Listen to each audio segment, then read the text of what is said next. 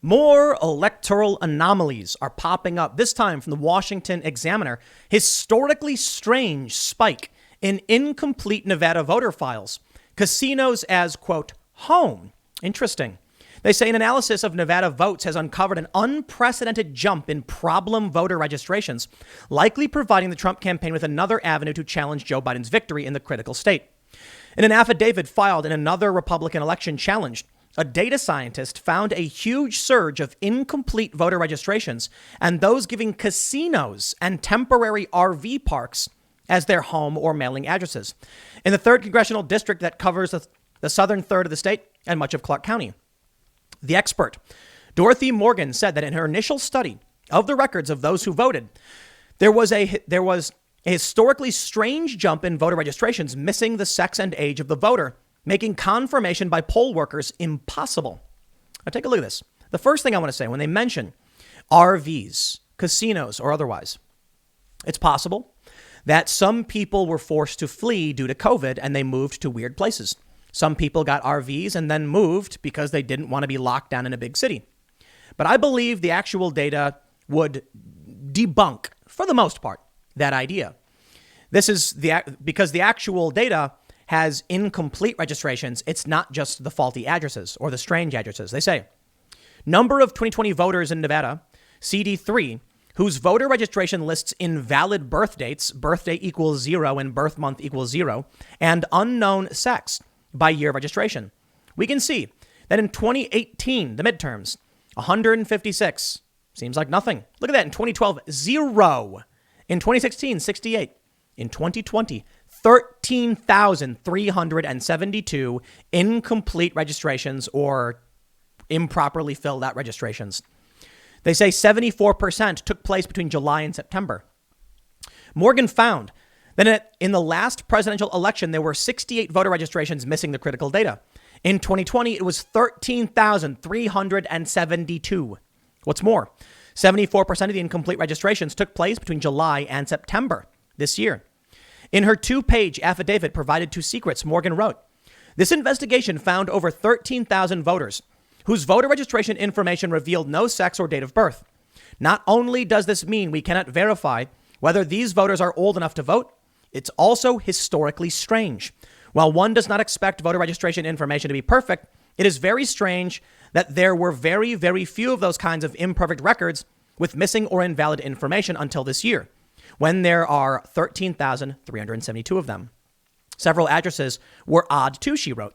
I have also identified dozens of voters who listed as their home or mailing addresses a temporary RV park and casino, she wrote. In a Thanksgiving Day interview from her Texas home, Morgan said, it's weird. So what I found was that there are just a lot of people who have 0 birthday, 0 birth month, and then unknown sex.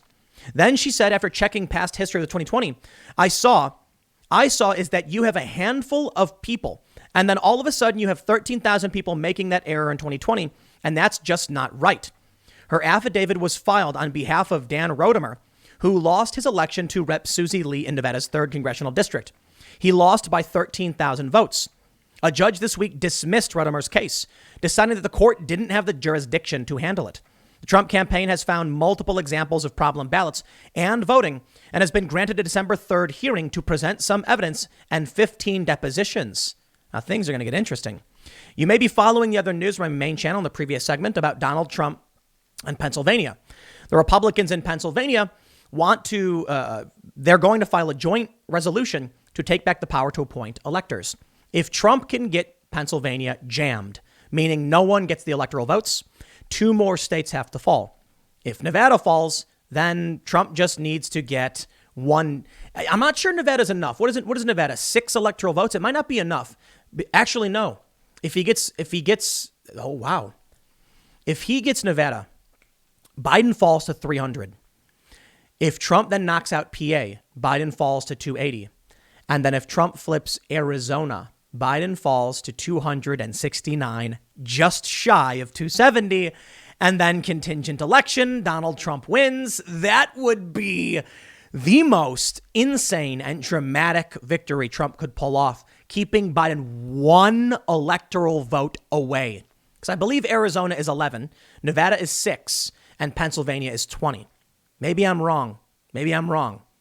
If that's what happened, go buy yourselves a lottery ticket, astronomical odds. But could you imagine what the Democrats and left would do if that's how things go down? Woo, spicy. Let me tell you something. You want to count out Donald Trump? Baby, we're talking Vegas here. This is Nevada. Nevada knows what's up. Donald Trump's betting odds, 9.7%. Why? I don't know. Because the electoral betting odds have not completed yet. You see, all these people are like, let me tell you. The media goes, Joe Biden is president-elect. And the betting odds and predicted are like, we haven't had the electoral college vote yet. So we ain't paying anybody out yet. So you can still bet that Donald Trump will win the electoral college. I don't think that's a good bet, to be honest, even though it's a value bet, because you'll get a huge return. I see why people would make it. There's still a little bit more. She says, in a Thanksgiving Day interview, she said it's so weird that there are 0 birth months. Then she said, after checking past history, you have a handful of people, then all of a sudden you have 13,000 people making that error in 2020, and that's just not right. Her affidavit was filed on behalf of Rodimer, who they dismissed his case. In her affidavit, which has been forwarded to Trump's team, Morgan said that her findings were just scratching the surface. Based on the results I have found in the limited time I have to analyze this data set, I expect to find additional oddities in the election data as I conduct further analysis, she wrote. What if Donald Trump somehow reverses course on the narrative and they've been beating us over the head saying it's over, Trump lost, and then Trump somehow wins? Look at Las Vegas, okay? Look at Nevada. The betting odds have Trump at 9.7% to win. To be the next president. That's really good odds. 1 in 10? What makes them think 1 in 10? I've been saying over. You know what I'm going to do from now on? I'm going to say the percentage that I think Trump has to win, 9.7. And if people ask why that number, I'll say that's the betting odds. Because I'm not an expert. I've been saying I think Trump's got a path to victory, but it's astronomical. It's going to be Joe Biden winning. But in Vegas, that's not what they're saying. And so you know what? I defer to the betting experts. Nate Silver was wrong. All these other outlets were wrong. All these other pollsters were wrong. Historical failure across the board.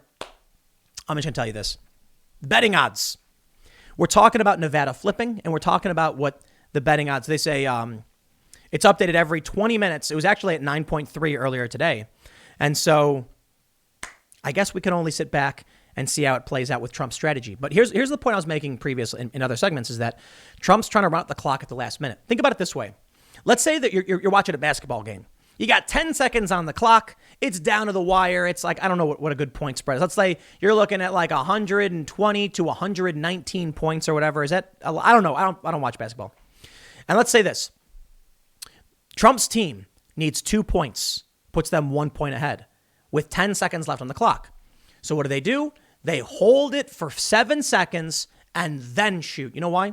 If they shoot right away and get it in, then they're giving 9 seconds to the other team. Maybe I'm not familiar with the rules of basketball, but you get the point, okay? I don't watch basketball. The point is, they want to run the clock down as long as possible before making the major move to prevent the Democrats from having a chance to respond to whatever it is their actual electoral strike will be. If Trump comes out right now, a month before the electoral vote, and says, here's my plan, aha, and the courts go, Trump is right, we agree, the Democrats say, we have 3 weeks to figure this out.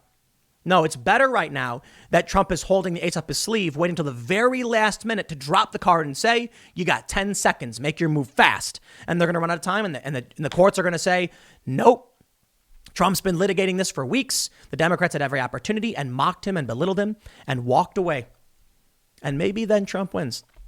You know what's going to happen, though? These leftists are going to pull all of this stuff out of context, because I keep saying over and over again that I think it's like 99.9% Biden. And I'm only saying that because Trump does have a legitimate legal path to victory. If he didn't, I would just say, of course, Biden won. But no, they'll take it out of context and claim I was screaming that Trump will win, even though he was losing or whatever. Look, if they're giving him 10% on it, rounding up in Vegas, take it up with them. Don't take it up with me. OK. They're putting around this video where they're like, Tim Pool predicted a 49 state landslide. Yeah, a year and a half ago when Moody's Analytics said that Trump is going to win, by like with average turnout, Democrats will never win. Historical economy, just best numbers of our lives. And then what you need to understand about a 49 state landslide is that Trump could win a narrow popular vote victory and get a 49 state landslide. It's an issue of winning by one vote in each state. That means Trump could literally be up 50 votes and get a 49 state landslide. You see how that works? But they love doing this. I guess just because they want to make everybody hate each other and they don't want you to understand the full context. Like if I said something like, if Donald Trump right now, does a triple backflip off the White House, superhero landing in the ground, causing a gigantic crater to form, wiping out 99% of the world's global population, then yeah, Trump might actually be able to pull this off and win, defeating Joe Biden. You see how absurd that sounds? What they'll do is they'll take that last bit and then make a video where it's like, I'm actually saying that will happen. If Donald Trump were to have pardoned nonviolent drug offenders and appointed Yang and Tulsi and pulled out of Afghanistan, yeah, we may have seen a 49 state landslide. I'll take that last bit and make that claim. So, all right, I'm not going to rant on that. I'll leave it there. Next segment's coming up in a few minutes. Stick around, and I will see you all shortly.